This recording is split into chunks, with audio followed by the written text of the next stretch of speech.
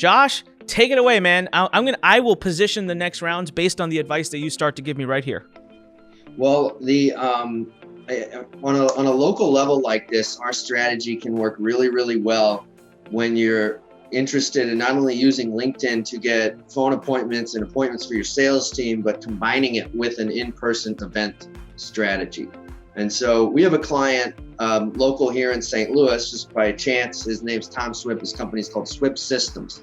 And they're IT, software development, network maintenance. They do kind of big projects for a lot of manufacturing companies. That's one of their primary niches. They started working with us about 5 years ago. And when we first started working with them, they wanted to just create a campaign to get clients hiring them for their software projects. So they wanted to create this LinkedIn presence that would position them as the experts in software development. And we said, no, we can't. That's not going to be successful. You're just going to come off as pitchy like all the other people from all over the world pitching software services and IT stuff. So instead, we said, why don't we create a community for manufacturing executives? They work with manufacturing companies all over the Midwest. So we created a LinkedIn group called Midwest Manufacturing Leaders. We then started connecting our client Tom with tons of manufacturing CFOs and CEOs. And because he is the founder of Midwest Manufacturing Leaders, this group on LinkedIn, a lot of these people see him more as a peer and kind of a player in their space, as opposed to just another IT vendor who's coming to hump their leg. And so it's a little bit of a Trojan horse strategy to get the initial connection when you have a LinkedIn group like that that's backing you up, so that you can position your LinkedIn profile and your LinkedIn headline, which is the first thing people see when they connect with you. So you can position it in that way to come across as more peer-to-peer than vendor to CEO. And so that gets the initial connection. We start inviting lots of people into the group. Over time, the group now has, I think, over 10,000 members. I'm not exactly sure, but several thousand. And at a point, about, a year or so into the campaign, and we were initially just driving prospects into phone conversations with Tom. And since then, he's now transitioned to where he has a sales team handling those conversations. But at about a year in, he said, you know what? Why don't we turn this into a real world event? Fast forward to today, Midwest Manufacturing Leaders now has quarterly in-person events here in St. Louis that have about 200 people attend every meeting. And it is an unbelievably powerful marketing channel for Tom and his business, because now they are the ones organizing these events. They're the top dogs. They get all the visibility from it. Tom's on stage introducing the speakers, doing little spiels about his business, building all the relationships with all the people in the room. And it's really been a powerful thing. And so that's the model I think that I would go down if I were in your shoes. So if you're trying to get in front of more marketing executives who want to send people on their teams, some sort of a LinkedIn group called the Maryland DC Marketing Leaders Network is going to be effective at getting you in the door. Now, also, Anik, I would use your personal profile to do this. And because of your notoriety, you'll be able to get connected with a lot of people because of that. But then if you also have this group, it's a reason for why you're connecting with them and why you're inviting them to be a part of this thing. And so then you basically use this LinkedIn group to create a community for people like that, keep some good content going through it. Those groups will grow slowly, but really the main thing is you just want to be connecting with lots of these people. And then over time, the way we do it is we then have a messaging strategy where you're sending one-on-one messages to these prospects, not just pitching them on what you do, but at first the messages would be like, hey, just want to make sure you saw this new post in the group. Would love your feedback on it. Oh, hey, here's a cool case study from, a company here in Maryland that, we're really excited about. I thought you might think it's cool too. And then maybe on the fourth or fifth message, you would say something like, hey, Terry, let's say you got a salesperson named Terry. Hey, Terry on my team noticed that we're both connected and said he was planning on reaching out to you. And I thought it would make sense to do a bit of a warm introduction. Would be great to just, hear about what you're doing and share some things about what we're up to and see if there's any opportunities to do some things together. And that message, and then a follow-up to that, you always want to follow up. If you just send one message to somebody saying, hey, I'd love to have a conversation with you sometime, and then you never follow up with them again, you're just throwing leads in the toilet. was a Microsoft study done where they found that 50% of salespeople quit after one touch point. And if you're still in the game at the 9th touch point, you have a 90% chance of getting business if anybody's going to get it. But most people don't make it even close to 9. And so then you've got a mechanism to build a campaign where Anik is the figurehead of this LinkedIn campaign. That's really, you're building lots of first degree connections with prospects. And then you're also building the LinkedIn group.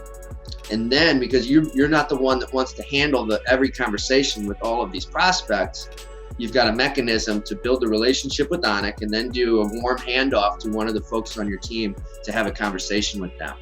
And then hopefully move a percentage of them into signing up for your events. The reason why I asked if you were open to doing a free event as part of it is that you could potentially use free events as a feeder into the paid events.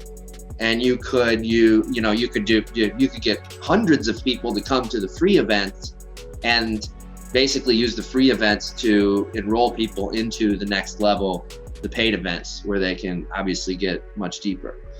I think that's really cool. A great friend of mine in our industry, Suzanne Evans, who has an amazing business. She recently moved her business to Chapel Hill, North Carolina. She's doing something very similar where she's doing local events in Chapel Hill, North Carolina, and doing the same kind of thing. I don't know that she's using the LinkedIn strategy as part of it, but using free events locally to then get people into some next level thing.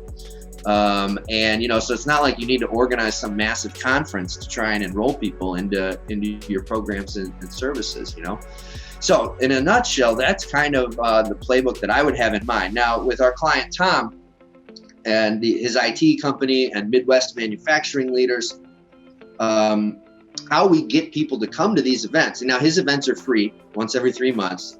He's not charging people to come. And it's a combination of things. We're messaging people on LinkedIn about the events.